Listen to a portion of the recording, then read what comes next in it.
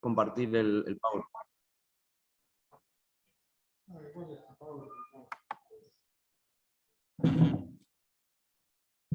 Esto es un poquito precario, compartimos computadoras, sepan entender. Cuidado los cables.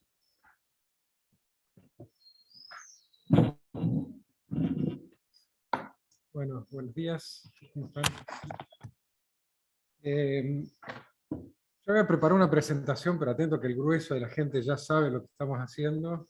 Me inclino por contarles en dónde estamos y sobre todo tratar de utilizar esta presentación para ver posibles pasos a seguir. En la última reunión habíamos presentado una actualización del índice, una segunda ola, para la gente que todavía no está en sintonía sobre lo del índice. Básicamente medimos dimensiones de gobernanza colaborativa en 23 países de América Latina. Los resultados de la primera ola respecto a la segunda, yo creo que hay cosas interesantes que aparecieron en la reunión y que ameritan un poco de profundidad en ese análisis descriptivo, porque lo que estamos viendo es que algunas dimensiones, las tengo acá, ¿no? Algunas dimensiones la colaboración bajó. En el trabajo que hicimos con Jennifer, Matías, Antonella, podíamos ver que había un caso emblemático como Argentina, en donde la colaboración se resquebraja, pero eso también pasó en Uruguay. Y los datos muestran que en general ha habido una baja en la gobernanza colaborativa en algunas dimensiones, pero no es homogénea. Hay algunos ámbitos en donde la gobernanza se mantiene mucho más que en otros, y hay países donde las variaciones son atípicas respecto a lo que podríamos ver como promedio. Entonces creo que amerita ese análisis descriptivo de las dos mediciones, amerita reflexionar un poco sobre si existe un patrón, por un lado, y por otro lado, el análisis un poco más denso de los casos para tratar de identificar qué está pasando, ¿no? Yo lo que quería contarles es la última secuencia de lo que estamos haciendo. Y capaz que con eso tratar de pensar posibilidades de cómo seguir. Dentro de esta segunda ola, yo lo que les pedí a la gente que estaba codificando es que agarren los 23 países y los codifiquen mes a mes para ver si había conflicto o no en una dimensión. Entonces se lo conté a Jennifer en la última reunión, pero no al resto del grupo. Matías no estaba, así que está bueno que eso aparezca acá. Les recuerdo que llamativamente una de las dimensiones de colaboración, que era colaboración entre niveles de gobierno, no parecía asociada a cantidad de muertes, no parecía. La dimensión de que sobreviva todo y que todavía no sabemos en mucha profundidad por qué, es la gobernanza colaborativa social. O sea, cuando los gobiernos colaboran con organizaciones sociales en territorio, la cantidad de muertes baja, y baja bastante. Y le meten los controles que quieran y ese índice funciona bien, y funciona bien para las dos olas. Y eso es llamativo. El índice global de gobernanza colaborativa tiene casos muy atípicos, mucha dispersión y no parece nada claro. Y el grueso de las dimensiones sufren de eso mismo, ¿no? Pero la de gobernanza colaborativa social funciona bastante bien. Y yo creo que amerita indagar un poco. Yo estuve viendo qué implica colaborar con organizaciones sociales en territorio en Argentina, ¿no? Algo en el trabajo que hicimos conjunto aparece, pero creo que todavía, al menos en el registro de lo que estuvimos viendo y en lo que yo leí, hay mucho margen para avanzar, y creo que el proyecto puede aprovechar esa parte, ¿no? Porque, digo, si están trabajando en el conurbano, es un buen lugar, o en algunos ámbitos urbanos del resto de Latinoamérica está bueno ver de qué forma eso aparece, pero un primer desafío, ¿no? Uno puede ver que hubo colaboración con una organización, pero cómo eso escala a nivel nacional para que que se mueva el amperímetro y que se mueva la forma que aparece.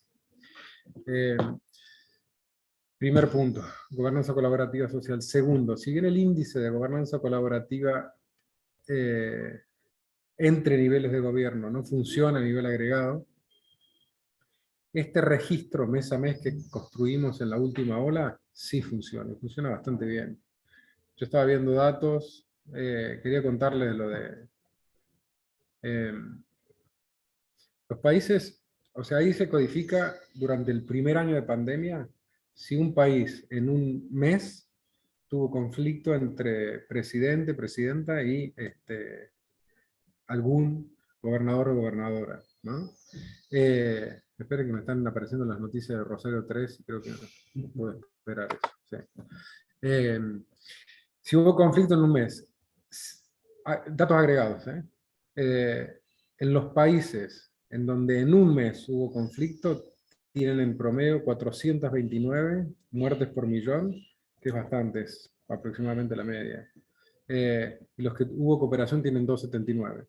O sea, esa diferencia es clara, la significancia estadística es bajísima, o sea, es alta, 0,02. O sea, ahí hay algo también. ¿Qué está diciendo esto hasta donde muestran estos datos? Que la colaboración, si existió o no en algún momento entre las dos olas, gobernanza colaborativa entre niveles de gobierno, no dice mucho. Porque eso lo que mide es si en ese año en algún momento hubo gobernanza colaborativa. ¿Mm? Y eso lo codificamos como que sí. Eso no reporta ningún resultado claro. Ahora, si desglosamos ese índice que solamente mide, es una caja negra, ¿no? Que te dice sí o no, si lo desglosamos temporalmente, esa variación temporal captura muchísimo mejor los resultados y la asociación con cantidad de muertes. Hola. Entonces yo creo que acá aparece claro dos aspectos interesantes para discutir en lo que viene. Por un lado, yo creo que estas mediciones han sido útiles, las variaciones han sido útiles para mostrar cómo eso, cómo esto que esperamos que sea bueno y que tenga algún impacto en los resultados varía a lo largo del tiempo. Estas dos mediciones muestran que ha habido una erosión en gobernanza colaborativa y que eso hay que estudiarlo más en profundidad, primer punto. Segundo punto, que algunas dimensiones son robustas, gobernanza colaborativa social, y que sabemos que si los gobiernos cooperan con las organizaciones sociales los resultados mejoran, pero no sabemos cómo es que cooperen y cómo agregan una cooperación con un comedor escolar o como una, organización vecinal en un barrio más castigado, que hacen rastreo y que ayudan a las familias que necesitan ayuda económica. Eso como escala a nivel nacional, no lo sé. No sabemos mucho de eso. No se sabe mucho de eso. Y el tercer punto, que en aquellas dimensiones donde, aún en aquellas dimensiones donde no aparecen en claro resultados a nivel agregado, si descomponemos, hicimos la descomposición de una sola, la gobernanza colaborativa intergubernamental, ¿no? La colaboración entre niveles de gobierno. Si desagregamos eso, aparecen buenos resultados. La diferencia, y de hecho controlando... Perdón, si desagregas qué, me perdí yo. Estaba tomando nota. Léete los apuntes. Si desagregás, ¿te acuerdas del índice de gobernanza colaborativa? Sí, sí. Era una medición al año. Sí, sí. Lo desagregamos mes a mes. Sí. Si en esas mediciones mes a mes, en los meses donde hubo conflicto, se dispara la cantidad de casos. Sí, eso sí. Bueno, entonces, eso desagregamos solamente gobernanza colaborativa intergubernamental. Ese solo lo hicimos la medición del primer año. Y los resultados aparecen interesantes. No sé si habrá que seguir con esa, o si habrá que empezar a probar si hay otras dimensiones, qué sé yo. El caso de Argentina y el caso de Uruguay son bastante... El caso de Uruguay en particular, estuve leyendo un poquito estos dos últimos días. Llama la atención que se resquebraja mucho la colaboración. Fue un caso emblemático de colaboración con la comunidad científica, y eso se resquebraja. Entonces, si agarras Uruguay, tiene alto cooperación con la comunidad científica en promedio, pero se resquebraja y conocen la variación que tuvo el caso a lo largo del tiempo, ¿no? Fue de ser la estrella de la región, terminó siendo durante un periodo el país con más casos per cápita del mundo, ¿no? Y que coincide con el periodo de resquebrajamiento, ¿no? Bueno, ¿quedaron claras las tres cosas entonces? El, el, el último punto que quería traer a la mesa es Hasta acá aparece más o menos claro que si los gobiernos cooperan, ¿no? Los resultados mejoran, sobre todo con organizaciones sociales, y a lo largo del tiempo entre niveles de gobierno, y cuando no cooperan, cuando hay conflicto, los casos se disparan. Ahora, y esto es algo que empecé a ver un poco en los casos. Yo sé que hay cosas que empiezan a coincidir cuando todo se va al diablo, ¿no? Tomemos un caso en particular, el caso argentino, perdón que tenga que hablar de este, pero es el que me anima a hablar un poco con más tranquilidad. Fernández empieza a tener más conflicto partidario con la oposición. Entonces lo que es gobernanza colaborativa e intergubernamental se empieza a erosionar hacia el fin del 2020, ¿no? Los últimos meses. Cuando se empieza a erosionar eso, empieza a... Estaba viendo los datos de cumplimiento con Google Metrics, ¿no? Que te mide si la gente está en la casa o no, si van a los centros comerciales. Bueno, empieza a levantar eso.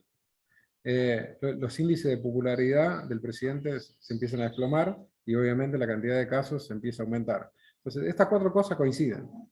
Coinciden el aumento de casos, el cansancio de la población. El caso uruguayo yo creo que es bastante parecido en eso. Al menos en términos del aumento de la popularidad y la aparición de algunos conflictos. En el caso uruguayo no tanto entre niveles de gobierno, porque es unitario, pero sí con la comunidad científica y con los académicos que le decían al presidente hay que seguir, cierro.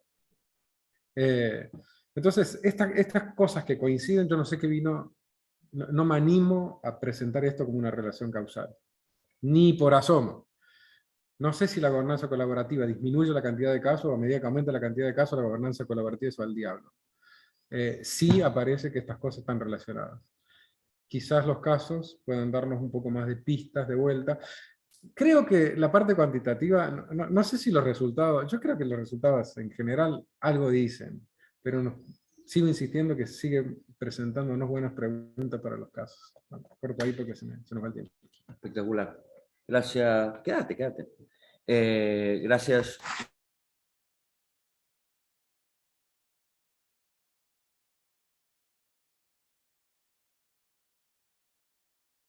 Se tildó, ¿no?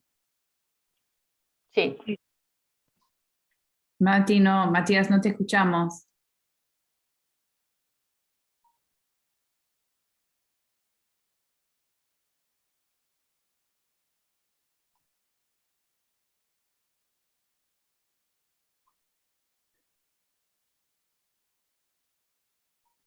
Bueno, esperamos un segundo a ver si...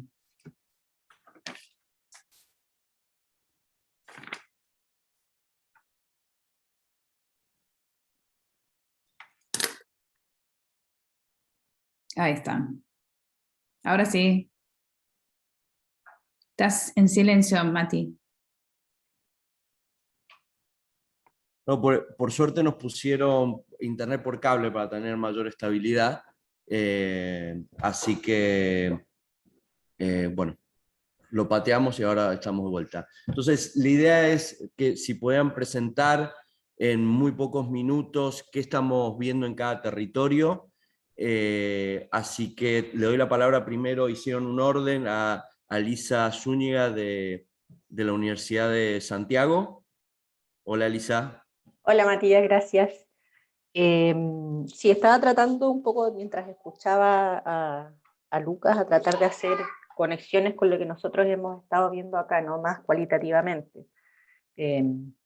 Como saben, lo que nosotros hemos estado haciendo en Chile es estudiar la gobernanza en el contexto de la pandemia en municipios específicos, más que en poblaciones vulnerables específicas, porque la política en Chile no tuvo una focalización en grupos vulnerables, lo cual fue, como todas las cosas, tuvo un lado positivo y un lado negativo también, ¿no? El lado negativo es que obviamente se dejan poblaciones específicas fuera, y el lado positivo en algunos casos es que hubo respuestas de política pública que intentaron al menos ser de alcance universal. Pero esa era una razón para enfocarse más bien en los municipios. En municipios de la región metropolitana, que tienen una concentración importante de personas clasificadas como vulnerables socioeconómicamente, con una gran cantidad de población de la tercera edad, de ancianos, de migrantes también. Y desde septiembre hemos estado haciendo muchas entrevistas en estos municipios, tanto entrevistas con funcionarios municipales, con líderes de organizaciones sociales, también de fundaciones, de entidades privadas y también líderes de la comunidad en 3 municipios de la región metropolitana. Una de las cosas que hemos estado viendo entre los resultados, entre los hallazgos que tenemos, es que hay, diría yo, todavía no llegamos a esta elaboración como más teórica, pero hay gobernanza o más bien colaboración, que no sé si llamarla colaboración, a veces puede ser una imposición, pero una colaboración de tipo vertical, ¿no? Donde desde el gobierno central bajan los lineamientos hacia las organizaciones, hacia los municipios, y también hay una colaboración más bien horizontal que se ha dado sobre todo entre organizaciones sociales en el territorio y entre estas organizaciones sociales, vecinales y fundaciones, por ejemplo, organizaciones no gubernamentales y en algún nivel también con los municipios, porque obviamente ahí uno siempre encuentra que en las entrevistas con los municipios te dicen, sí, hicimos un montón de cosas, pero después uno va y habla con la presidenta de la Junta de Vecinos y le dicen, no, en realidad no vimos tantas cosas que hizo el municipio. Siempre se da ese doble, esa doble cara en las políticas, ¿no? Y uno puede decir efectivamente, sí, municipios que hicieron muchas cosas innovadoras. Tenemos acá un municipio que se llama Renca, que tiene una alta población de tercera edad, tiene migrantes, tiene mucha población vulnerable. Es el municipio de la región metropolitana que estuvo más tiempo en cuarentena, y ahí pasaba eso, ¿no? Que es un municipio que hizo muchas políticas innovadoras, que empezó con un sistema de trazabilidad de los casos antes de que el Ministerio de Salud hiciera su sistema de trazabilidad. Que estuvieron siempre coordinados, que su área, por ejemplo, su dirección de seguridad ciudadana nunca dejó de funcionar presencialmente porque lo consideraron esencial dentro de sus labores, y aún así hay personas, dirigentes de la comunidad que dicen, no, en realidad nosotros no vimos tanta ayuda, nos tuvimos que ayudar entre nosotros. Ese es el discurso que tiene la gente, nos tuvimos que ayudar entre nosotros, y ese ayudarse entre nosotros se manifestó esencialmente en las ollas comunes. Y ahí hay una cosa que no sé qué tanto se puede relacionar con lo que mencionaba Lucas respecto de la colaboración en el área social, ¿no? Y lo que nosotros hemos visto es que a propósito de la pandemia, estas ollas comunes llegaron a dar solución a problemáticas que en realidad estaban y existían desde antes. Y ahí lo que pasó, lo que está pasando, es que ahora que ya prácticamente no tenemos cuarentena, la vida está volviendo mucho a la normalidad, a pesar de que los casos están subiendo de nuevo, de que los muertos han bajado, pero nunca hemos llegado a 0. Y hay personas que han vuelto a tener trabajo, informales o formales, da lo mismo, pero han vuelto a tener trabajo y dejan de asistir a estas ollas comunes. Pero hay un porcentaje que se queda ahí, que son básicamente personas en situación de calle y sobre todo personas de la tercera edad, que claro, tienen pensiones de la miseria y que siempre tuvieron pensiones de la miseria, pero de repente se empezaron a armar estas redes entre vecinos, redes comunitarias, y encontraron ahí un espacio que les permitía, por una parte, a estas personas de la tercera edad, ancianos, ahorrar, o no sé si ahorrar dinero, pero al menos no gastar en comida 2 o 3 días a la semana, pero además un espacio de contención emocional, porque hay muchos ancianos solos que no tienen redes de apoyo, que no están con sus familias y encuentran en estos espacios comunitarios un espacio de ir a conversar de su día a día, de que alguien se entere si les falta algún medicamento, si necesitan ayuda para algo. Y tengo la impresión de que ese tipo de ayuda, que va más allá de la contingencia de la pandemia, se va a ir quedando. De hecho, en algunas de las entrevistas, los funcionarios nos dicen, ahora ya no podemos poner pie atrás. Hay cuestiones que se empezaron a hacer y que no podemos retroceder, sobre todo en ayudas sociales. Entonces están empezando a planificar sus presupuestos, por ejemplo, del próximo año, teniendo en consideración este tipo de variables.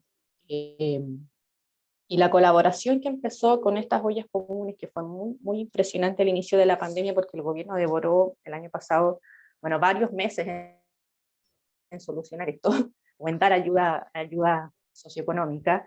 Empezó primero como una cosa muy básica, ¿no? Vecinos que iban de casa en casa solicitando ayudas para armar estas ollas comunes, y después empezaron a armar otras redes, con fundaciones que estaban trabajando en los territorios, que empezaron a colaborar con estas ollas comunes.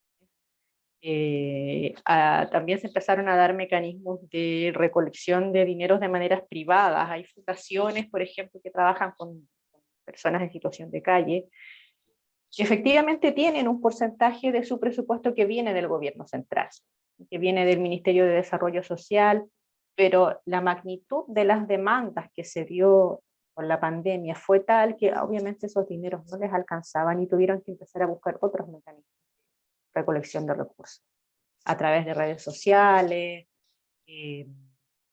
a través de alguna colaboración con entidades privadas, y a la vez estas organizaciones, estas fundaciones que obtienen recursos del gobierno, del nivel central, y también organizaciones privadas, llevan esos recursos hacia el territorio. Y así esas redes de colaboración de mujeres, sobre todo, pudieron empezar a crecer en la cantidad de personas a las que llegaban y a las que podían abarcar estas ollas comunes. Quizás por eso diría yo que la colaboración social que mencionaba Lucas sobrevive, ¿no? Y se mantiene, porque en algunos ámbitos me parece que llegó, al menos en el caso chileno y en lo que nosotros hemos estado viendo, llegó a responder a problemáticas que no estaban solamente asociadas a la pandemia, que no eran solamente ayudar a la persona enferma, ayudar a la persona que se contagió o ayudar a la familia donde murió algún integrante de esa familia, por ejemplo, producto del COVID, sino que llegó a solucionar, perdón, estoy terminando, estas cuestiones que eran previas, ¿no? Más relacionadas a la pobreza, a la soledad, a la ancianidad, etc. Con eso estaba cerrando, Matías. Bueno, perdóname. Bueno, muchísimas gracias, y perdón que justo te interrumpí con la última idea. Como la idea es que hablen todos, si podemos tener esos minutos. Muchas gracias, Lisa. Ahora, si les parece, Jorge. Hola, ¿cómo están todos y todas?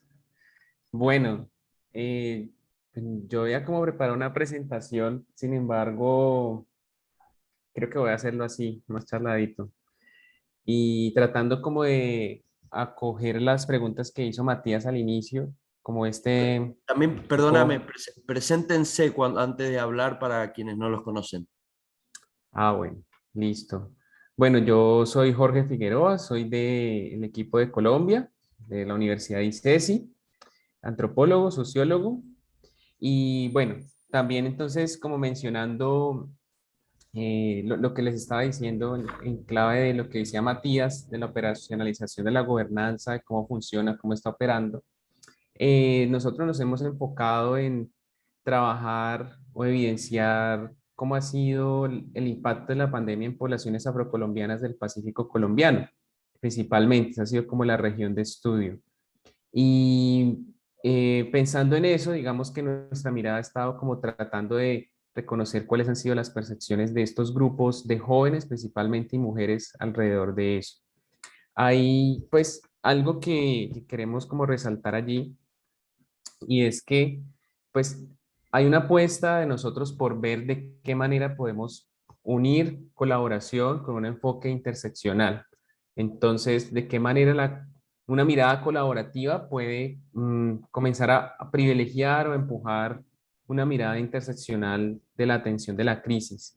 Y en ese sentido, pues digamos que lo que encontramos un poco en el trabajo de campo es esa ausencia de pensarse un enfoque que mire las variables raza, condición étnico-racial, condiciones de género, de generación, de clase social. Digamos que eso ha estado como ausente.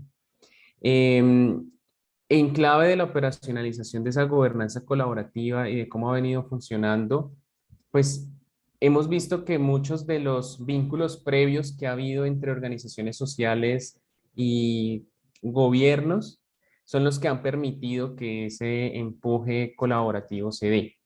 Digamos que tenemos casos en los que, por ejemplo, las alcaldías como de Buenaventura han tenido acercamientos con organizaciones sociales o consejos comunitarios, y eso ha permitido que muchas de las ayudas lleguen a esos territorios a partir de esa relación previa que se ha dado. Entonces, eso queríamos mencionarlo como a nivel local. Hay otro tipo de colaboración que también estamos evidenciando, y es entre empresas privadas y organizaciones sociales. Se ha dado, por ejemplo, esto para el caso del norte del Cauca.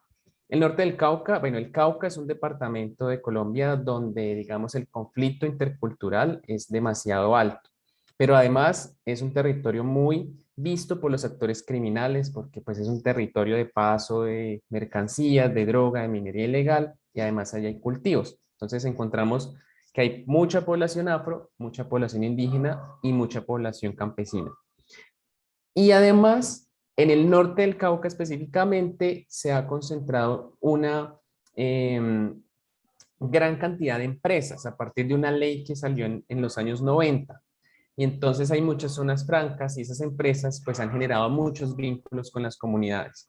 Entonces, haciendo como ese contexto, hemos visto que hay unas empresas que pues en clave de su responsabilidad social han venido generando programas, proyectos para, digamos, subsanar o paliar esos efectos del capital y de la industria en estas comunidades, y eso se activó nuevamente para la pandemia. Entonces, lo que vimos, por ejemplo, en el caso de una fundación muy particular del norte del Cauca, de una de estas empresas, es que lo que hicieron fue llamar a los alcaldes, llamar a las gobernaciones, a esos sectores municipales gubernamentales, para que pudieran canalizar muchas ayudas que pudieran beneficiar a estas comunidades.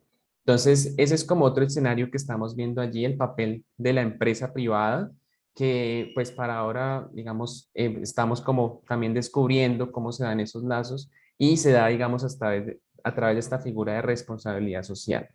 Entonces, ha sido también otro elemento clave que quería contarles, es que desde nuestra percepción de esta mirada interseccional y diferencial, hemos visto cómo hay algunos actores que ni siquiera la perciben. O sea, hay muchos actores gubernamentales que quizá no están atravesados por estas preocupaciones étnico-raciales, que son las que nos interesan a nosotros. Y entonces, al indagarles a ellos por cómo piensan o cómo creen que debe hacerse una mirada interseccional, pues no lo consideran ni siquiera que fuera una opción. O sea, ellos dicen, hay como una suerte de discurso en el que la pandemia nos afecta a todos por igual, independientemente de si tienes dinero o no lo tienes, si eres afro o eres mujer o eres joven. Hay como una suerte de retórica en la que, pues como este es un asunto epidemiológico, entonces, pues no se nos escapa esa mirada diferencial, porque esto nos afecta a todos. Entonces, eso nos preocupa mucho, porque lo que vemos es que hay una permeación de una mirada muy centralista, que eso es lo que nosotros le hemos apuntado y desear, y en el caso de Colombia ha sido muy fuerte. Hay una mirada muy centralista, que ha dicho cómo debe ser ese manejo de la pandemia, y pues eso permea a muchos actores institucionales, a muchos actores privados, pero en los actores comunitarios es donde encontramos, digamos, ese rechazo un poco a esa mirada, porque los actores comunitarios pues sí dan cuenta de que ese es un asunto social, es un asunto económico, y mucho más allá de lo sanitario. Entonces, eso pues como para contarles un poco en clave de esa manera en que se ha operacionalizado y en esa manera en que se ha dado la respuesta. Quisiera terminar con dos cosas, quizá para no alargarme mucho, y de pronto también como dar paso al resto de intervenciones y quizá generar un diálogo ahora. Y uno ha sido el enfoque de securitización, que nosotros pues le hemos querido dar también a la manera en que se ha venido dando la respuesta. Y ese enfoque de securitización pues hemos visto cómo, por un lado, se trata de el papel relevante que han tenido las Fuerzas Armadas y la policía en nuestro país. Esto ha implicado darles una función social, y esa función social en cierta medida se traslada a que desplieguen, digamos, mecanismos que permitan llevar las ayudas humanitarias a los territorios, canalizar o permitir la entrada o salida, o sea, ayudar en esas entradas o salidas de algunos lugares. Entonces, por ese lado, hemos hecho como ese énfasis en ese rol, pero también ha sido como una cuestión que es muy estructural, si vemos la historia de nuestro país, y es pues cómo se han dedicado también a reprimir lo que han sido ciertas expresiones sociales, ¿no? Entonces Colombia está atravesando, o bueno, atravesó desde el mes de abril y casi hasta junio, ese momento de paro nacional, que fue una respuesta a la pandemia, pero también una respuesta a la pobreza, a la desigualdad y a ciertas reformas que quería implementar el gobierno colombiano.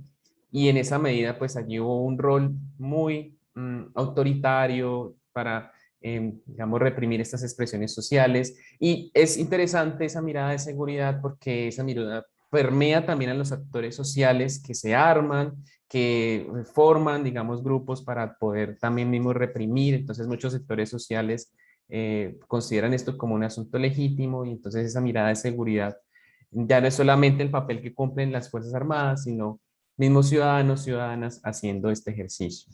Entonces, en esa clave, pues uno dice, bueno, ¿hay cierta colaboración o no allí? Es como una pregunta que es importante hacerse. Y si la colaboración o no se pone al servicio de esa mirada más securitizada, ¿no? Entonces, eso también es como interesante verlo y tampoco dejarlo de lado.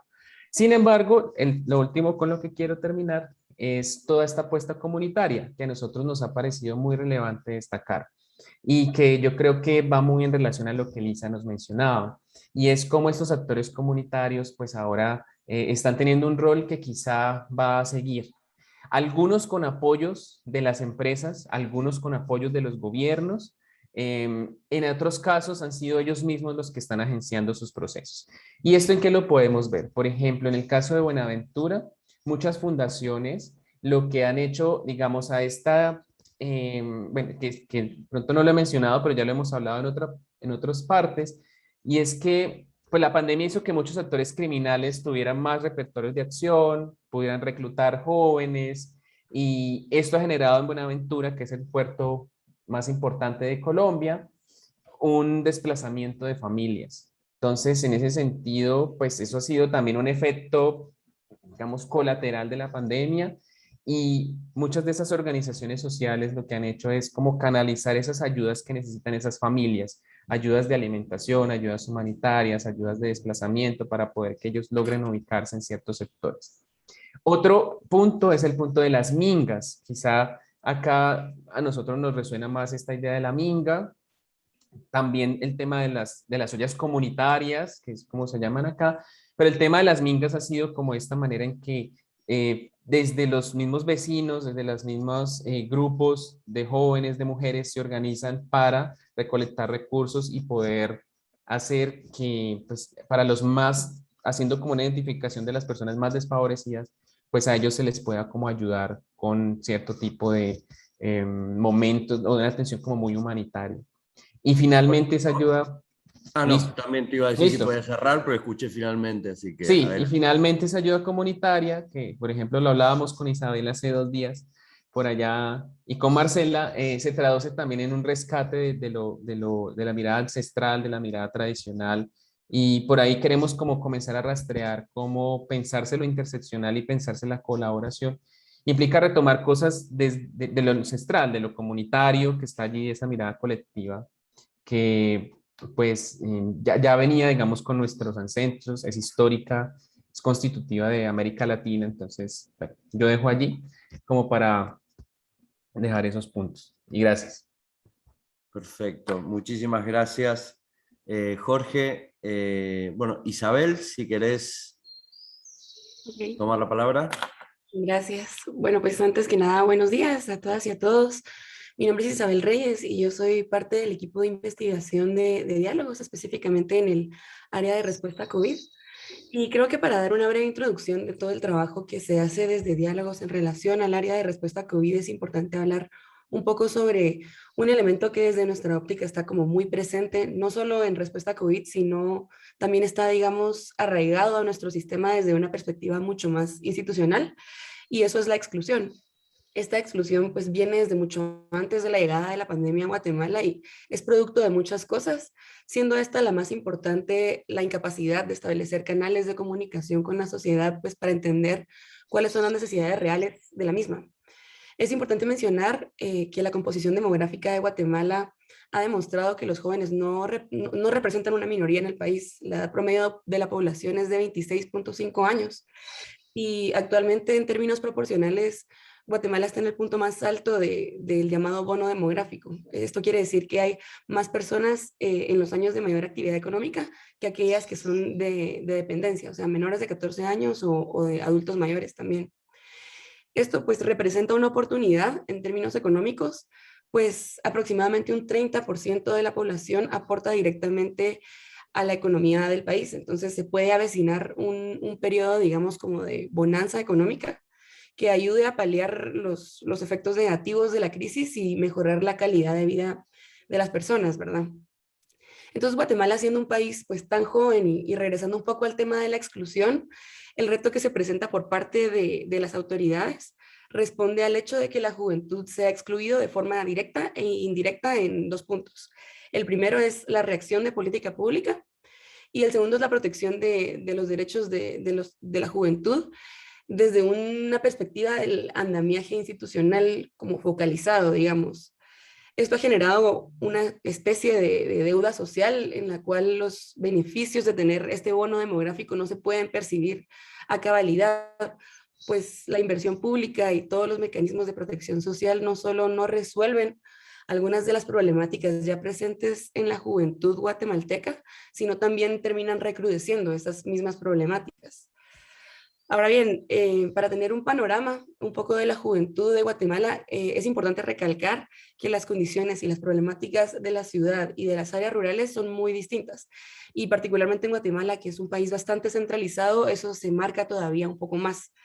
Y es importante tomar en cuenta que estas diferencias son importantes para no sesgar las reacciones de política pública que estamos intentando respaldar desde diálogos.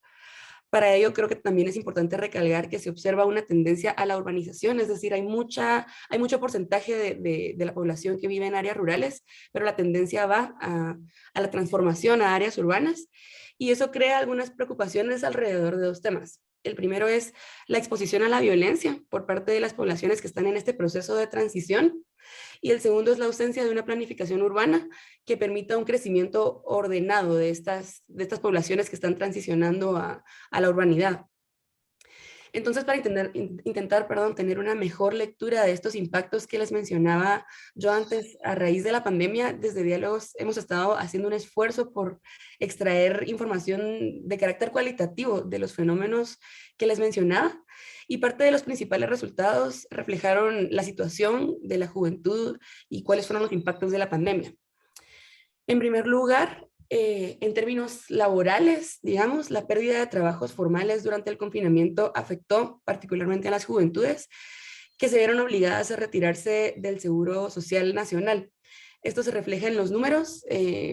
Básicamente 53,000 jóvenes, personas entre los 18 y los 27 años, si no estoy mal, versus 10,000 personas mayores a los 30 años.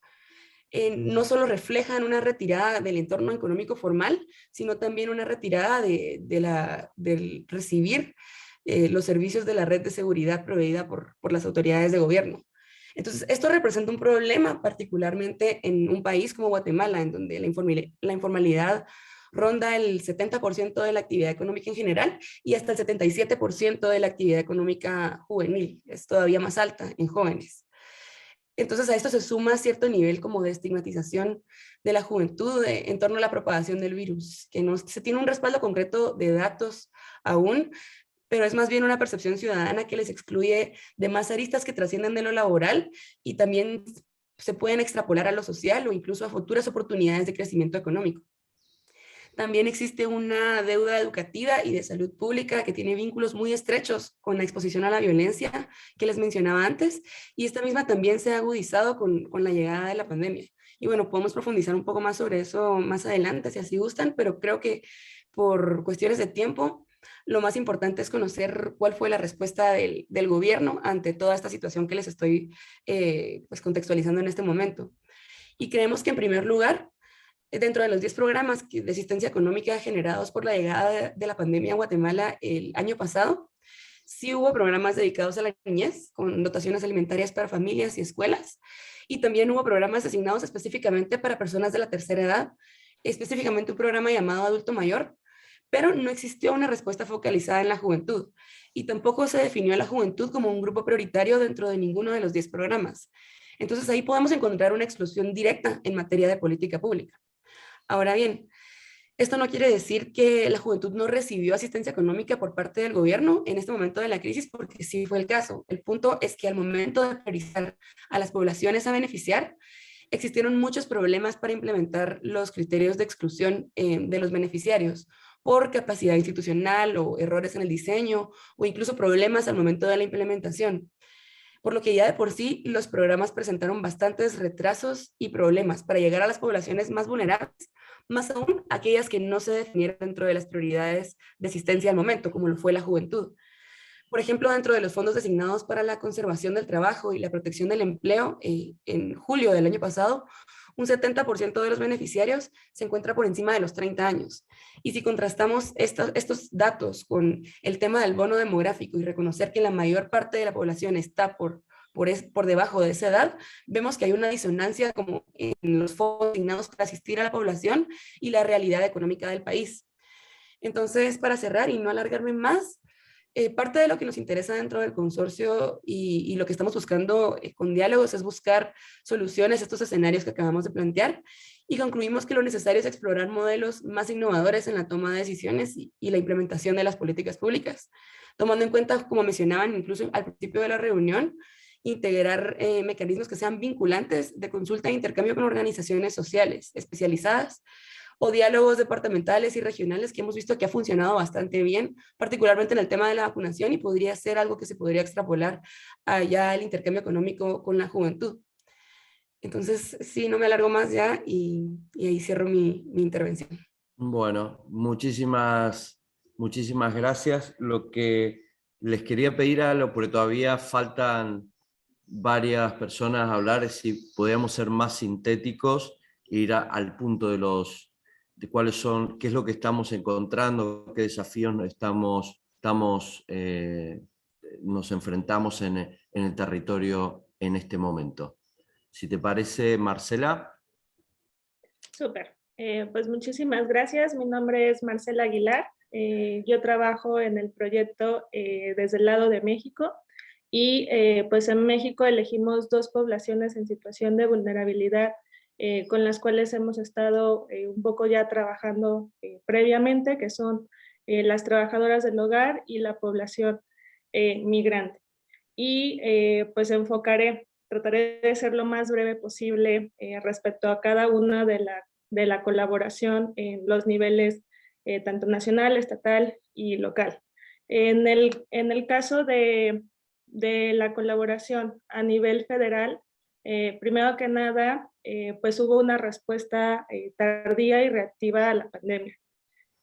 Cuando la pandemia llegó a México, que fue el 28 de febrero, fue hasta un mes después que se tomaron las primeras acciones de sana distancia y pues de medidas más económicas. Al principio se negó el problema y pues además se incitaba a la gente a no resguardarse en sus casas, sino a seguir saliendo. Eso por la parte federal. Además, no hubo una acción específica para los grupos en situación de vulnerabilidad. Solo el gobierno federal se enfocó en cuanto a los apoyos a estas poblaciones en 2 acciones. En microcréditos a la palabra, es decir, o sea, dar créditos a las pequeñas empresas que se habían quedado sin ingresos, y adelanto de programas sociales. Pero estos programas sociales pues ya existían para poblaciones pues previamente establecidas, que no necesariamente se quedaron en una situación vulnerable a partir de la pandemia. Eso fue lo que, digamos, en cuanto a apoyos a nivel federal. A la vez hubo una descoordinación de las iniciativas que sí surgieron en los gobiernos estatales. En los gobiernos estatales hubo un sinnúmero de ayudas a los grupos en situación de vulnerabilidad, pero no específicamente para trabajadoras del hogar y para población migrante. Donde sí observamos que surgieron acciones para estas dos poblaciones fue en los gobiernos locales, es decir, en los municipios, y sí hubo colaboración entre los gobiernos y organizaciones sociales, pero estas fueron construidas a partir de relaciones previamente pues vinculadas, y al igual que en el caso de Colombia y Argentina, que también ya se mencionó. Entonces creo que eso nos parece importante, porque por lo menos en el caso mexicano, cuando llegó la pandemia, se activaron estas redes de colaboración en el nivel local, porque incluso había organizaciones sociales que ya estaban trabajando con los municipios, que iban a las comunidades, que daban a veces charlas, apoyos y demás. Eso en el nivel local, la única, a lo mejor, o uno de los retos que se observan en este nivel es que pues existe una ayuda limitada, ¿no? O que los esfuerzos no podían llegar a la mayoría de la población, sino que eran en casos muy limitados. Lo mismo ha pasado en los últimos meses en el caso de la vacunación, tanto en Tijuana, que es en la frontera norte de México con Estados Unidos, como en Tapachula, Chiapas, al sur del país, se ha vacunado en los albergues donde se concentra la población migrante en 2 ocasiones y exclusivamente para estos grupos, pero ha sido pues a partir pues de muchos tropiezos o de mucha negación de derechos a nivel nacional al inicio pues de la pandemia. Y creo que con esto concluyo por el tiempo. Muchas gracias, Marcela. ¿Te parece, Bernarda, creo que nos queda por Bolivia? Gracias, Mati. Buen día a todas y a todos. Soy Bernarda Sanabria, soy parte del equipo de investigación de Bolivia y también integrante de Asuntos del Sur. Y bueno, en Bolivia estamos estudiando cuáles son los impactos de la pandemia en el sector económico informal del país, específicamente en las mujeres, y a partir de ello analizando los niveles de gobernanza colaborativa. Antes de empezar, quiero dar un pequeñísimo contexto, y es que en Bolivia 7 de cada 10 mujeres están insertas en este sector económico informal, y desde siempre no han habido políticas enfocadas a este sector, no solamente desde el nivel central, sino también desde el nivel subnacional, que en todo caso el nivel subnacional es el que tiene mayores competencias en relación a este sector. Sin embargo, es el sector que dinamiza la economía del país y que durante, sobre todo, el tiempo de cuarentenas rígidas, es el que ha dado subsistencia, digamos, a la población en cuanto a lo económico.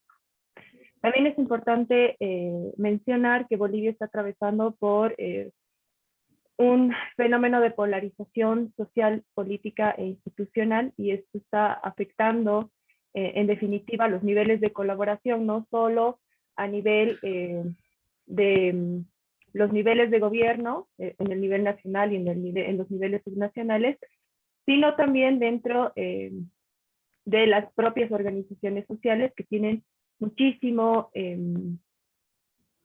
tienen un nivel de importancia dentro de la política bastante amplio, y también están polarizadas. Entonces, en ese sentido, las mujeres dentro del sector económico informal son las que se han visto más afectadas en la población boliviana, tanto por las medidas que se han tomado para hacer frente a la pandemia, como también por el virus en sí mismo. Las mujeres, ¿por qué? No solamente por la gran cantidad de población que ocupa este sector, sino porque también se han hecho cargo de varios otros sistemas, como el sistema de cuidados, el sistema educativo y por supuesto también el sistema de generación económica. Frente a esto, las políticas que se han aplicado durante el tiempo de cuarentena rígida, como la cuarentena un poco más flexible, ha ido en contra de las mujeres, añadiéndoles más tareas y más bien más dificultades para poder acceder a espacios seguros donde puedan generar donde puedan generar más economía, ¿no? Hasta ahora, a pesar de que ya se tiene un buen tiempo que se ha dejado, digamos, todas estas políticas que estaban bastante centralizadas y que ha pasado un poco más a toda la parte subnacional, no ha cambiado mucho la situación de las mujeres, ¿no? Es decir, siguen haciéndose cargo de la educación, siguen haciéndose cargo de toda la parte de economía de cuidado, además exponiendo su salud, y por otro lado tampoco se han implementado políticas para que las mujeres puedan salir a las calles y ofertar sus productos de manera segura. Sin embargo, el hecho de que ya puedan salir a las calles ha aliviado mucho el tema de las limitaciones que tenían respecto al ejercicio pleno de sus derechos, ¿no? La polarización que les comentaba hace un principio ha afectado las formas de organización de las mujeres, porque hay un sector de las mujeres, sobre todo gremialistas, que está con el Estado central, y hay otro sector que más bien está con la oposición. Entonces, esta división se está viendo reflejada en nuevos conflictos que están resurgiendo, que están saliendo a las calles, y al mismo tiempo esto está afectando también el tema de poder acceder a seguros de salud, poder acceder a las vacunas y demás, ¿no? La única política favorable a este sector económico informal hasta ahora justamente ha sido a través de las vacunas, que se han cambiado los horarios de vacunación para estas mujeres, se han habilitado espacios que están mucho más cercanos a sus fuentes laborales para que ellas puedan acceder a las vacunas, y además se han firmado varios convenios para que una parte del sector gremial pueda acceder a las vacunas y pueda acceder también a información. Sin embargo, no se tienen todavía políticas económicas que puedan impulsar este sector económico, ni tampoco se han atendido las otras limitaciones que ya he mencionado. Por otro lado, algo importante que estamos analizando en Bolivia es que, a pesar de ser un sector que es ignorado, digamos, desde las políticas nacionales y subnacionales, y desde siempre se ha movido como paralelamente, digamos, a una organización de Estado, hay esto que también mencionaba Jorge, de volver a las formas ancestrales, volver a las formas tradicionales, y es que por eso estamos cambiando el enfoque de economía informal a una economía resiliente que tiene muchos niveles de colaboración en la parte social, ligado esto además a componentes como la migración itinerante, componentes como las productoras y las vendedoras, y hay una forma de organización mucho más allá del Estado para que no solamente siga funcionando económicamente este sector, sino también se pueda volver a fortalecer este tejido social que está resquebrajado por la polarización que estamos viviendo. Me quedo ahí, querido. Bueno, muchísimas gracias, Bernarda. Bueno, como verán, los casos que trabajan son preguntas similares, pero en contextos y trabajando en poblaciones muy diversas, lo cual tiene sus propios desafíos. Así que voy a invitar a Jennifer Sear para que, bueno, que nos hagas algunas reflexiones en base a los casos que estamos observando. Sí, muchas gracias. Estuve tomando muchas notas, estaba tomando muchas notas porque tuve muchas reacciones, siempre es así cuando hablamos en el grupo. Así que tengo algunos comentarios sobre lo que han hablado. Varios puntos, unos 5 puntos. El primer punto tiene que ver con lo que hablaba Lucas al principio, que es que hay una relación constante que se ha identificado en el análisis cuantitativo de que la colaboración entre gobierno nacional y organizaciones sociales ayuda parece ayudar a reducir la cantidad de muertos. Esto es algo que también hemos visto a nivel local, bien como han dicho ustedes, que el rol de las organizaciones sociales ha sido muy importante. O sea, han ayudado a que ciertos grupos vulnerables, por ejemplo, sobrevivan la pandemia. Hemos visto también otro comentario que han hablado, que ayuda que las organizaciones ya existían, ¿no?, antes de la pandemia y que podían ser reactivadas o podían cambiar, digamos, de misión en función de las crisis y los desafíos que surgieron con la crisis. O sea, tener organizaciones existentes fue clave para que el país fuera más responsive, ¿no? Bien como mencionó Marcela en el caso de México, Bernarda en el caso de Bolivia. Y que eso puede ser importante para tomar en cuenta con grupos o en lugares más marginados. Por ejemplo, para llegar a las áreas rurales, ¿no?, que mencionó Isabel, para alcanzar a los jóvenes, para que los jóvenes propios puedan decir, no, nos han ignorado acá, nosotros no aparecemos en esas políticas públicas. También me parece interesante pensar el caso de las ollas comunes que mencionó Lisa en el caso de Chile, ¿no? Porque hemos visto que las organizaciones preexistentes, por decirlo, pueden ser activadas para responder, pero podemos también entender el espacio de la pandemia como un lugar donde nuevas redes surgen, ¿no? Que surgen redes nuevas que luego van a ser, digamos, importantes para las próximas crisis que ya sabemos que van a llegar, ¿no? Y eso también me parece interesante como un aporte que podemos hacer. Y finalmente sería interesante también ver hasta qué punto la colaboración social a nivel nacional, esa relación que encontró Lucas y su equipo, se benefició también de redes existentes, ¿no? Por ejemplo, en el caso de Argentina, ya sabemos que ciertas organizaciones sociales ya habían sido integradas en el gobierno de Fernández, por ejemplo, los Madres de la Plaza de Mayo.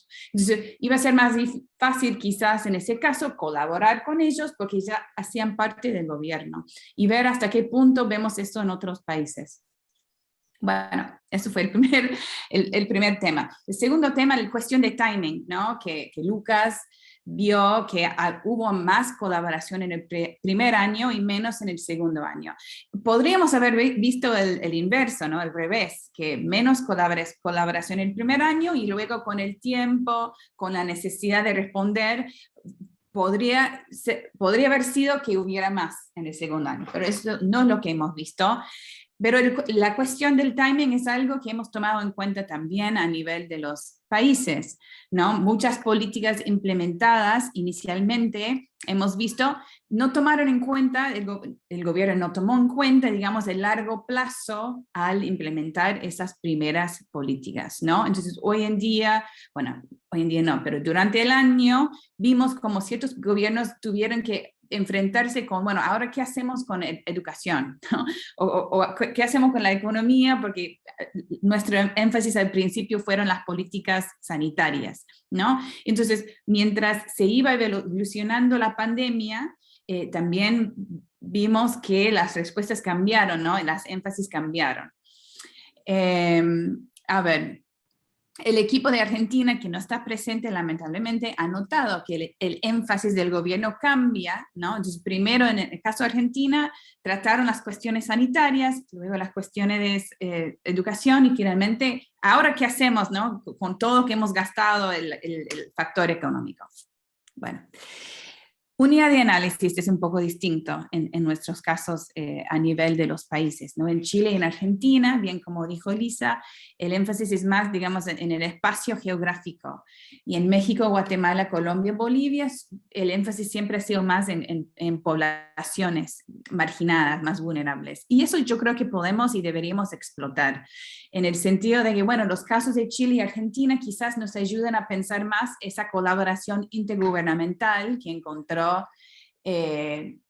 Lucas, ¿no? Esa relación a nivel nacional, ver esas conexiones, esa colaboración vertical, como hablaba Lisa, ¿no?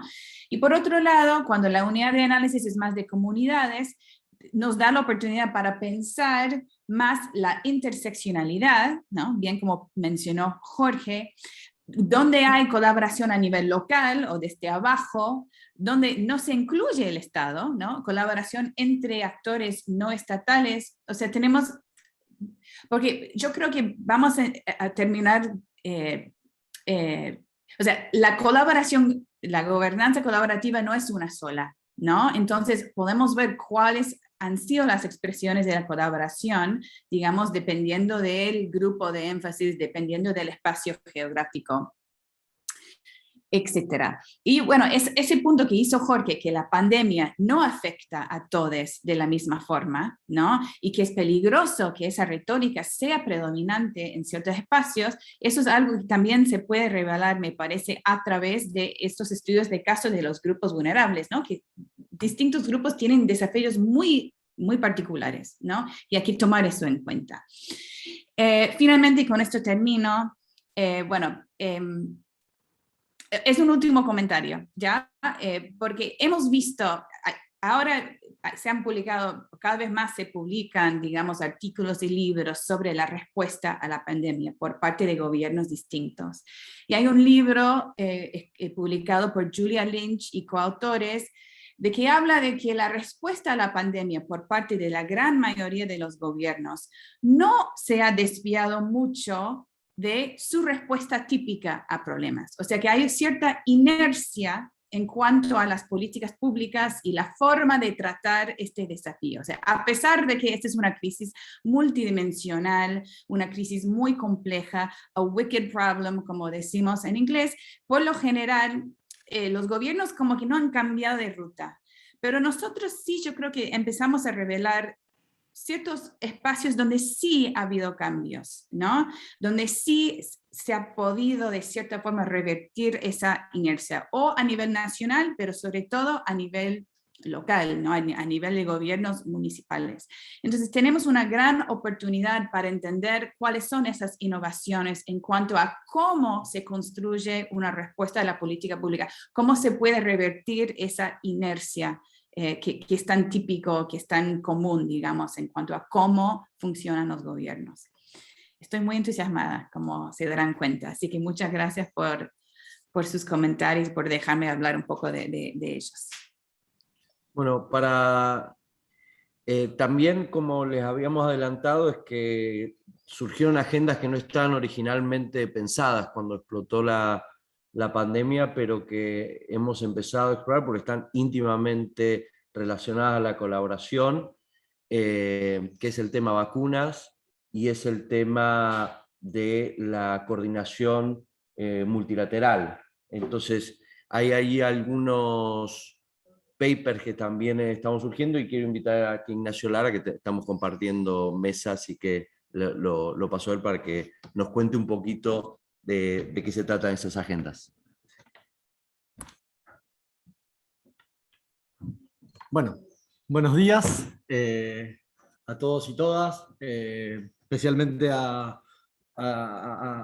los investigadores y las investigadoras del consorcio. Es un gusto verlos. Lamento en algunos casos que no hayan podido venir, ver.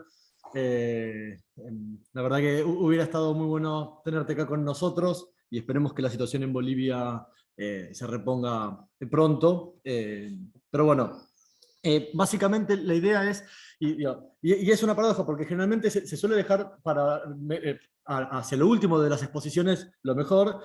Después de todo lo que han hablado, es una decepción lo que se van a llevar. Pero bueno, como decía Matías, este proyecto digamos, es un proyecto que está vivo, y desde el momento en que empezamos la etapa de diseño con todo el consorcio hasta ahora, siempre han ido saliendo como puntas de investigaciones o de profundizar temas que no están estrictamente en el corazón de lo que el consorcio viene llevando adelante. A principio de año, por ejemplo, fue el tema de cómo pensar el funcionamiento de la gobernanza global. Primero, ver cómo fue que la gobernanza global actuó ante la pandemia, que esto, digamos, es algo que no hace falta, digamos, volver a repetirlo, porque, digamos, ya lo hemos vivido, cuál fue la reacción de los estados nacionales por un lado y de los organismos multilaterales por otro, pero sí viendo un gran desgaste y una gran deslegitimación de las instancias multilaterales, como por ejemplo la Organización Mundial de la Salud, y pensar en determinados esquemas y con ciertas particularidades de esa actualidad, ver cuáles son los esquemas que podrían innovarse a nivel global, anclado a lo que estamos trabajando justamente de gobernanza colaborativa, ¿no? Y entonces, por ejemplo, nosotros una de las cosas que veíamos era cómo, por ejemplo, la principal organización a nivel internacional que estaba llamada a coordinar las acciones para combatir la pandemia, bueno, el principal financiador no es un Estado, es una asociación filantrópica, que es la Fundación Bill y Melinda Gates. Y dentro de los primeros 10 financiadores, el primero estaba esta fundación filantrópica, tenemos otra fundación filantrópica. Con lo cual, estamos viendo que los organismos multilaterales están desgastados y los principales, que está compuesto por estados principalmente, y los principales financiadores no son estados. Entonces, bueno, probablemente,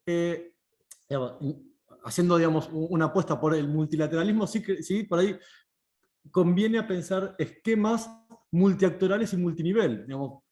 Digamos, el tema multinivel es claro de lo que está, digamos, todo lo que están trabajando los equipos y lo que incluso también mencionaba Lucas sobre los procesos ida y vuelta desde lo local. Esto está como muy trillado de la época, digamos, fines del siglo XX, que estudiamos la globalización y hablábamos de lo local, y, digamos, pero efectivamente si no hay procesos en los cuales digamos, las tomas de decisiones regionales luego estén permeadas desde lo local y desde lo local se puedan llevar a ámbitos regionales, es muy difícil luego la articulación de políticas, ¿no? La implementación efectiva de políticas. Y vemos que lo local tiene un rol fundamental, no solamente en el conocimiento del territorio, sino en la legitimidad de las acciones, legitimidad social y política de las acciones. Entonces, bueno, ahí, digamos, no quiero, digamos, Matías lo tengo cerca y conmigo no va a ser tan amable para decir que haga más corto. Pero digo, sí que empezamos a delinear una agenda de trabajo, de investigación, que es lo de la gobernanza regional 3M. Entonces, una gobernanza multilateral, multinivel y multiactoral, ¿no? Como esta idea de... también hace poco salió un artículo muy interesante sobre... el momento tecnopolar, ¿no? El rol de las empresas hoy en día es fundamental. El tema es también ver cómo en instancias multilaterales cuál es la legitimidad que tienen las grandes compañías farmacéuticas, las grandes compañías tecnológicas. Esa es una agenda que está en pleno desarrollo y que nos parece que es muy interesante.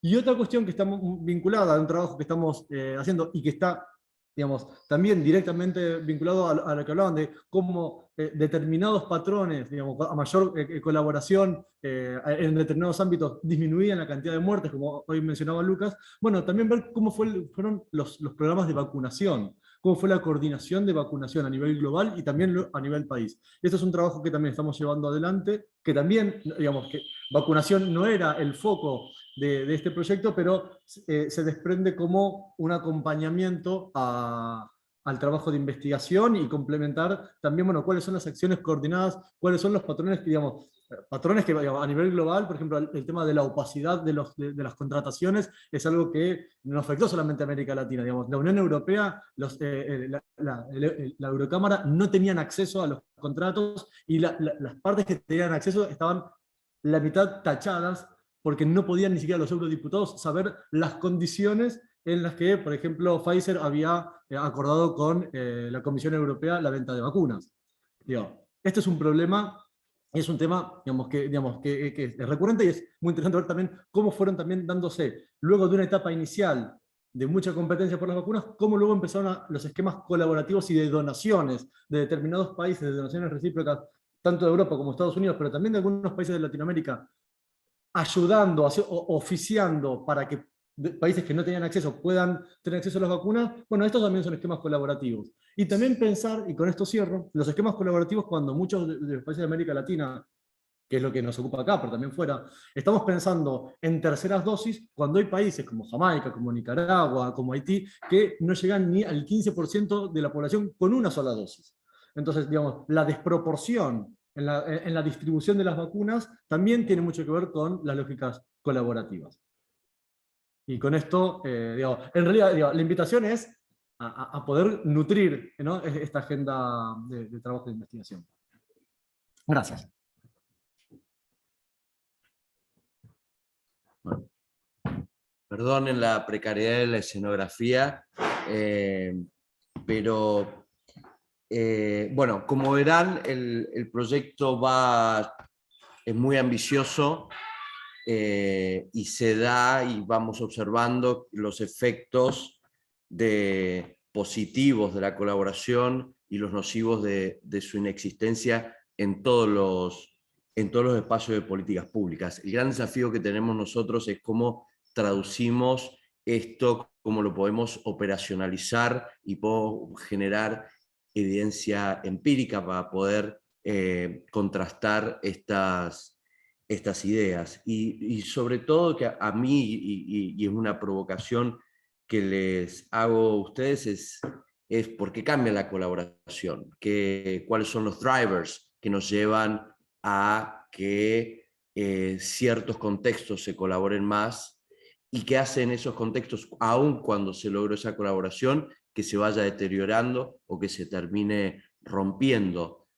Cuando logremos ir desmenuzando, y es la provocación que quiero hacerles para que veamos en cada uno de los territorios, de cómo se componen, cuáles son los actores que están en la mesa, qué niveles de institucionalización tienen estos espacios, qué rol son elementos completamente idiosincráticos o son elementos estructurales que nos pueden servir en esquemas, pues son factores estructurales y cuáles son otros que tienen que ver más con el poder intersubjetivo del liderazgo, de poder convocar.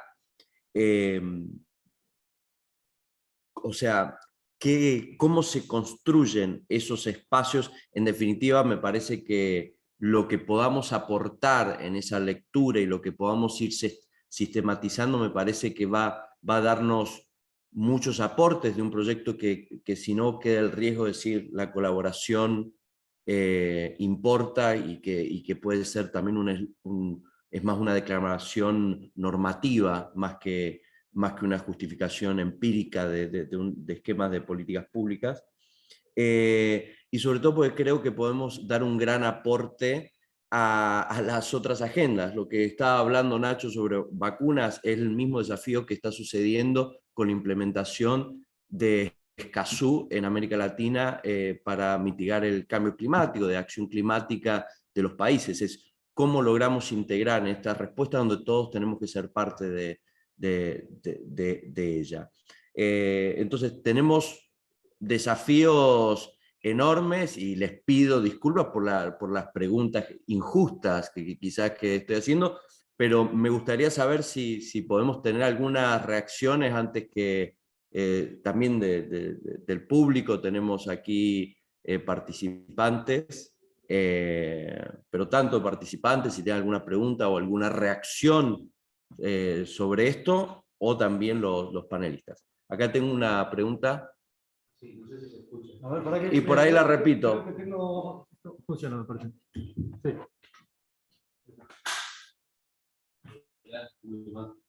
Yo soy Luciano. Quería hacer esta pregunta desde... A mí me tocó bien de cerca la pandemia en el sur de Mendoza. Fundamos el equipo de voluntarios no médicos para dar de alguna forma respuesta al sistema de salud. Lo que quería comentar era que hubo un timing, no solamente con la intensidad de la colaboración, sino un timing para comprender la pandemia, comprender qué temas iba a involucrar, qué especialidades eran necesarias. Me parece que nos costó, no sé si a todos los latinoamericanos al mismo nivel y a todas las provincias al mismo nivel, pero nos costó entender que esto no era una cuestión de médicos solamente y de salud, sino que era una cuestión logística y involucrar otras especialidades, y eso me parece que afectó también la forma en que colaboramos entre sí, organizaciones intermedias con el gobierno. Es decir, los gobiernos no fueron a buscar la ayuda quizá a donde debían ir a buscarla. Uno de los elementos que veo es, por ejemplo, la forma en la cual el gobierno de Estados Unidos o algunos estados fueron, por ejemplo, a buscar ayuda a los grandes organizadores de eventos, como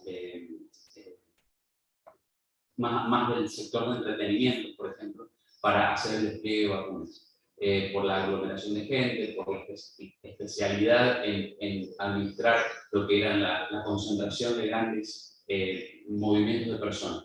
Y eso por un lado. Quería preguntarle si habían notado ese timing también en entender con quién hacer la colaboración. En segundo lugar, quería consultarles el tema de la identidad, de branding, tendría que ser en el tema de la cooperación. No sé si lo pongo así porque no sé cómo identificarlo, pero ¿quién ayuda? ¿Quién colabora? Y si eso tiene algún impacto en la generación de redes. Es decir, si el municipio puede vender, que lo hizo él, si hay un interés del municipio de mostrarse como protagonista, si eso afecta a las estrategias de colaboración, si es el gobierno provincial, si es el gobierno nacional, si esa identidad de quién colabora y quién coopera está afectando, o está frenando o a veces impulsando la cooperación. Y después algo que mencionó Ignacio, con el tema de, que comparto plenamente, es esto de la legitimidad política de las decisiones a nivel local, que aterriza en un edificio jurídico argentino, en el caso de Argentina, en donde quizás las competencias, ¿sí?, y facultades de estos organismos públicos, de estos niveles de gobierno, no iban acorde a lo que se iba requiriendo. Por ejemplo, lo pongo de una manera más sencilla. Algunos gobernadores le otorgaban a ciertos municipios o a los municipios el poder de decidir ciertas cuestiones, ¿sí?, y los municipios podían hacerlo, pero en el fondo hubo un choque de facultades. Gobernadores que cerraban provincias, que no permitían la colaboración interprovincial, con algunas facultades que se sobredimensionaron, institucionales me refiero, y eso trajo, me parece a mí, conflictos en la cooperación. Es decir, se abrió la puerta a que los distintos niveles de gobierno, ¿sí?,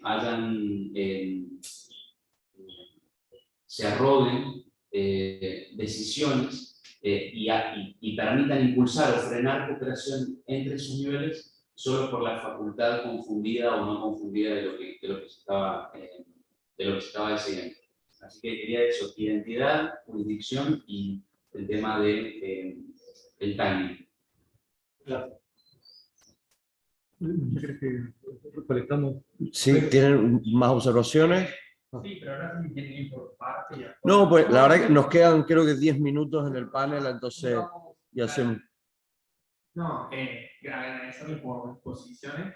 Y la pregunta sería si vieron alguna disparidad a nivel subnacional, bueno, eso también Lucas, que es una temática que siempre aborda, en la capacidad de respuesta dependiendo del distrito, de gobierno funcional.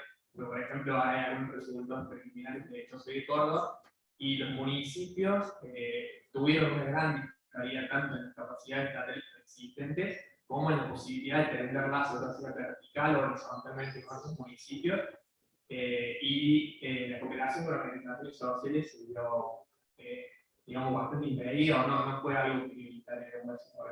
Y después para Ignacio, la pregunta era si en esa gobernanza PM, muy electoral, actores estatales, ¿qué rol ocuparían? Si un rol bien central o un rol bien subsidiario de acompañamiento de series. Así bien. Gracias. Bueno, ya estás con el micrófono, empezar respondiendo eso.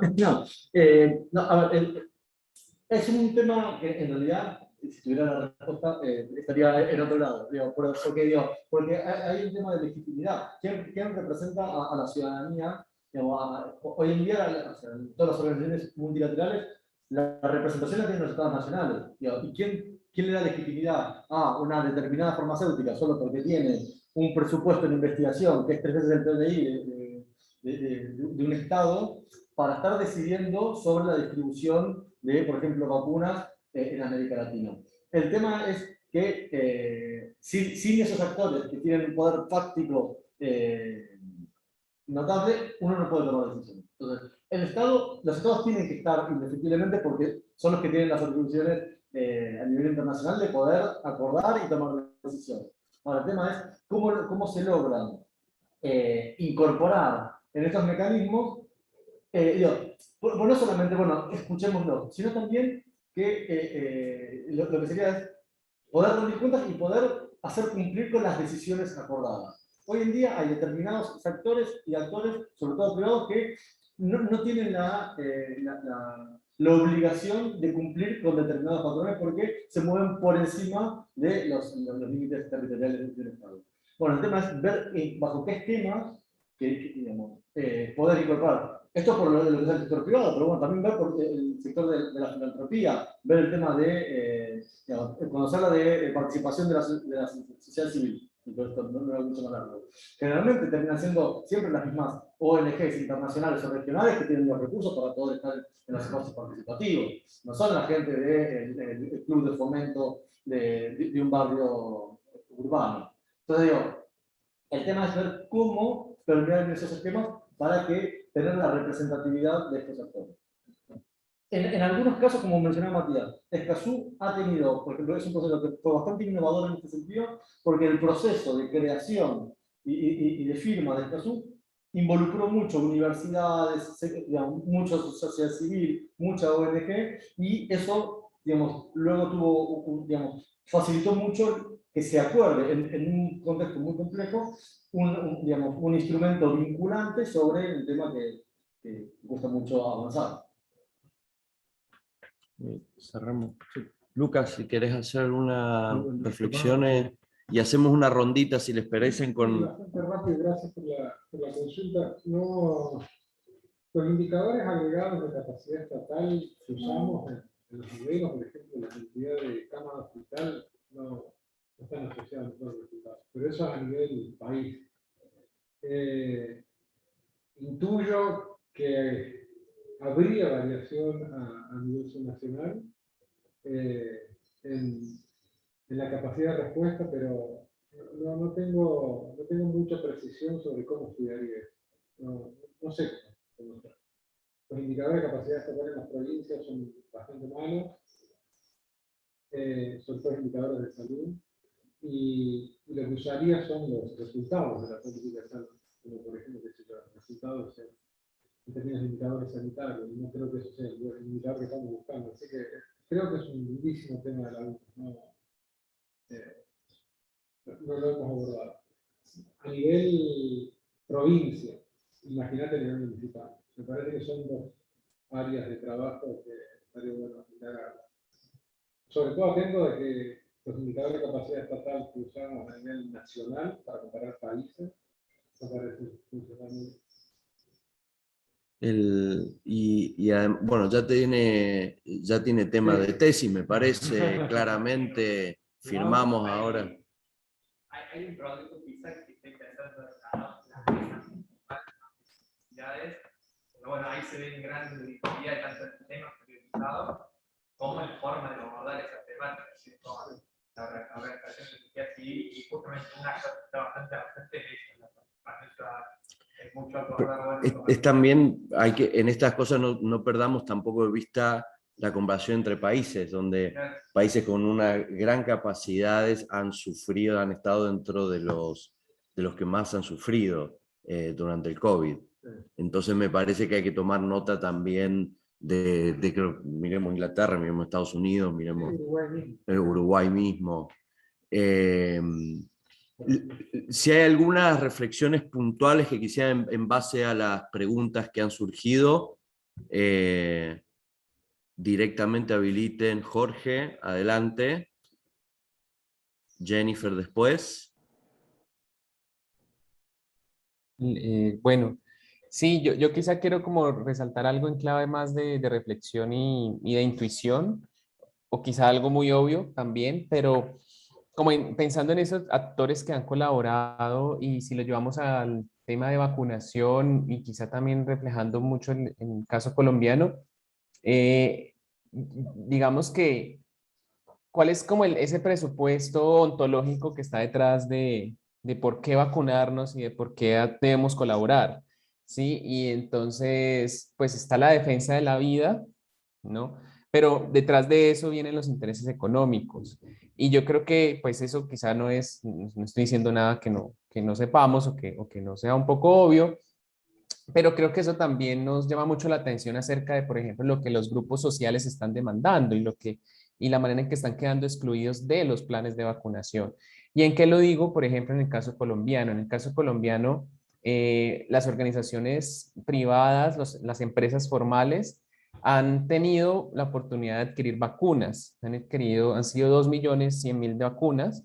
El resto ha sido por donaciones, que han sido 6 millones, y la gran mayoría a través del gobierno, que son 60 millones.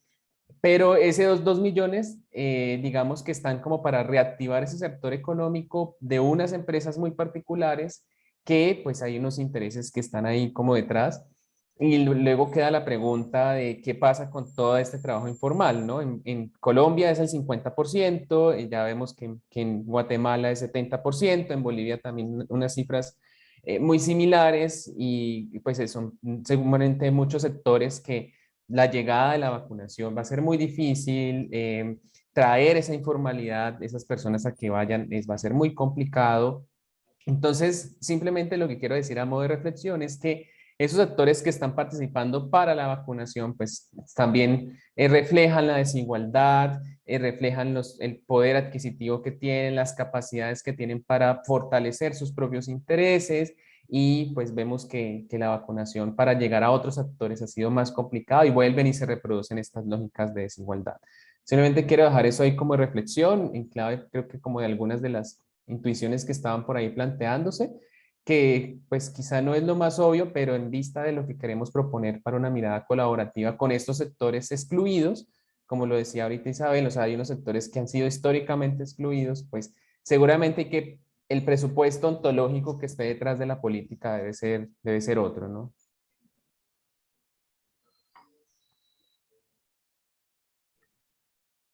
Bueno, rapidito pensando en la pregunta sobre el timing y de que creo que fue en Mendoza, decía que el timing importaba para poder entender lo complejo de la pandemia, o sea, de las reacciones, digamos, tardaban en ese sentido. Yo, digamos, mi intuición era esa, de que la colaboración iba a ir, digamos, evolucionándose hacia más colaboración, porque los gobiernos se iban a dar cuenta, no, esto es algo que va mucho más allá de lo sanitario, que va mucho más allá inclusive de lo económico. Por eso me resulta tan interesante que vemos, por lo menos a nivel nacional, que no, que en el segundo año había menos colaboración. Entonces, a mí me fascina esta pregunta, me parece, digamos, es algo que tenemos que realmente ver del por qué, pero obviamente hay otras cosas que están influyendo, digamos, en cómo se construyen esas políticas públicas, o sea, las elecciones, ¿no? O sea, esa idea de que, bueno, tenemos que competir, o sea, ahora estamos colaborando, pero luego viene una elección y yo no me tengo que, digamos, distinguirme, digamos, en cuanto a por quién votar, ¿no? La infraestructura, la falta de infraestructura y qué hacer, o sea, es una cosa es decir, esto es lo que quisiéramos hacer, esto es lo que podemos hacer, bueno, me parece que eso influye, me parece que la fatiga, también pensando en qué podemos hacer, qué tipo de colaboración con la gente, que la gente es cada vez más cansada, que ya no da más, o sea, entonces hay muchos factores que me parece influyen en más allá, tampoco esto es nada nuevo lo que digo, ¿no? Pero para pensar esa cuestión de timing, el por qué vemos más al principio y menos después, y por ahí la naturaleza propia de la colaboración también va cambiando, ¿no? Bueno, nada más, que no estoy aclarando nada, sino despejando nada, pero digamos, agrego mi propia curiosidad con el tema, interés. No sé si Marce. Marce. Sí, bueno, yo también me quedé pensando en la pregunta que hacían allá en Argentina respecto a quién colabora y la reputación un poco de los actores que están colaborando, que determina el hecho de que se mantenga la relación o que tal vez se disperse a partir del tiempo. Y no sé, igual me gustaría pensar en si en algún otro país, además de México, pues ha habido una constante deslegitimación de todos los esfuerzos que han hecho sociedad civil u organizaciones que no son el gobierno, y que al final pues sabemos que el Estado ya no es el único ente articulador de iniciativas, de ayudas, pero sí termina, por lo menos en el caso mexicano, siendo crucial para el alcance de las poblaciones en situación de vulnerabilidad. Y en un entorno en el que hay pues ya bastante desconfianza, bastante a lo mejor deslegitimación de un sistema democrático, pues creo que es bastante difícil, o estamos observando pues una constante pelea entre empujar acciones que terminan ayudando a estas poblaciones, pero pues hay un actor preponderante que mantiene los reflectores, que mantiene pues los medios de comunicación y determinando la opinión pública, que aún limita más pues todos estos esfuerzos que terminan pues intensificando, ¿no?, las condiciones de desigualdad que pues ya existen entre los grupos.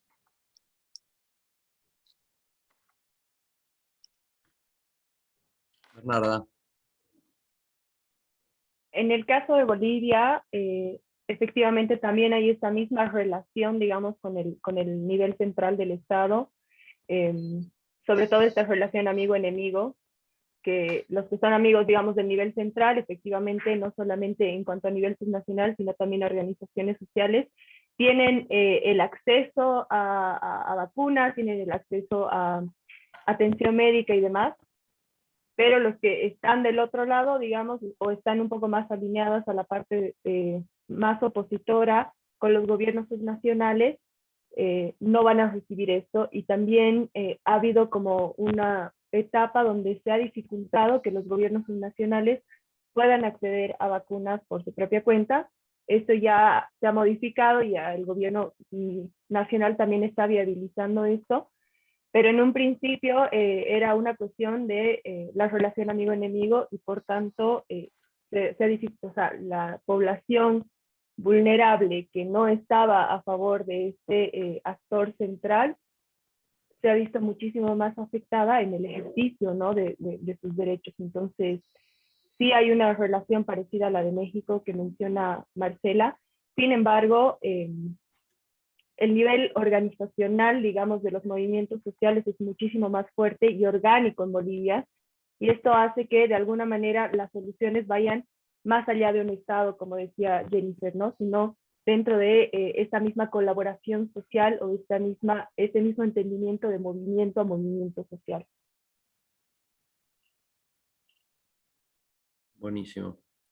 Bueno, les pido disculpas por los anuncios. Yo no sé si los llegan a ver ustedes, pero los anuncios que aparecen aquí en la computadora, no sé quién utiliza las computadoras.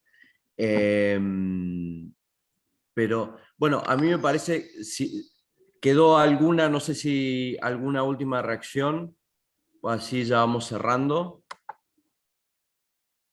¿Puedo atreverme a decir una cosa más que se me ocurrió? ¿Me dejas? Ah, bueno. No, porque estaba pensando también en los actores que han importado, y acá claramente un actor importante ha sido los científicos independientes, ¿no? Porque tienen un conocimiento de, no sé, el problema sanitario, que digamos sí o sí los gobiernos tenían que de cierta forma colaborar con ellos, porque no sé cómo va a avanzar esta epidemia, cuáles son o sea, mientras aprendían más, digamos, esos científicos tecnológicos eran imprescindibles, yo diría. Entonces, de cierta forma, esa colaboración deberíamos haberlo visto desde el principio, pero por otro lado, me parece que hay cierto empoderamiento a esos grupos, y por ejemplo, como agregando de lo que decía Nacho, a las empresas farmacéuticas, ¿no?, que han logrado producir, que producen las vacunas, y como que hasta, esto hablamos con Matías y Nacho el otro día, que la dinámica de poder se ha revertido de cierta forma, y son las propias farmacéuticas que tienen, digamos, el poder a quienes van a dar las vacunas. Hasta los Estados Unidos puede apelar y abogar, pero, digamos, hay límites en cuanto a qué se puede hacer frente a estas empresas tan grandes multinacionales. Y yo no sé si lo hemos tomado suficientemente en cuenta esa parte a nivel nacional. A nivel internacional lo que está haciendo Nacho sí, pero pensar también a nivel nacional. Nada más. Y justamente en esa dirección querían ir mis preguntas. De nuestra propuesta se basa en intuiciones más normativas que otra cosa, de la colaboración es buena, pero nos obliga necesariamente, si queremos dar respuesta de políticas públicas, nos obliga necesariamente a que discutamos estructuras de poder en los territorios. Cuáles son los escenarios que se dan, cuáles son las estructuras, cuáles son los incentivos para poder generar. La tradición de una mirada de la construcción del poder estadocéntrica es una mirada de concentración del poder y jerárquica. Quien logra concentrar el poder y logra una mirada jerárquica es el que lograba dar esa capacidad estatal para dar respuestas. Ese es el estado de la modernidad. Lo que nosotros hoy tenemos los desafíos es que los problemas que tenemos no pueden ser resueltos en ese esquema, ni por la generación de conocimiento, ni por las capacidades de los actores involucrados. Entonces, necesariamente tenemos que discutir esos esquemas para dar esas respuestas, pero estos esquemas son necesariamente colaborativos. Entonces, tenemos que de alguna manera intentar divisar algo que no existe. Si logramos eso, la verdad, aunque sea algunas pinceladas en esa dirección, creo que vamos a hacer un grandísimo aporte. Yo diría que lo dejamos por acá. Les agradezco a todas y todos, sobre todo a nuestras compañeras de Guatemala, de México y Colombia, que la patreada que han hecho de estar a las 6 de la mañana para participar en el Congreso de Ciencia Política de Argentina. Ya deberíamos estar juntando llaves para hacerles un bustito acá en la Facultad de Ciencia Política. Así que muchísimas gracias, nos vamos a seguir viendo en nuestras reuniones habituales y bueno, y la verdad que muy agradecido por la conversación tan enriquecedora. Estamos. Gracias, que estén bien. Muchas gracias. Chao. Gracias. Adiós. Bye. Chao. Ah, ya cerré todo.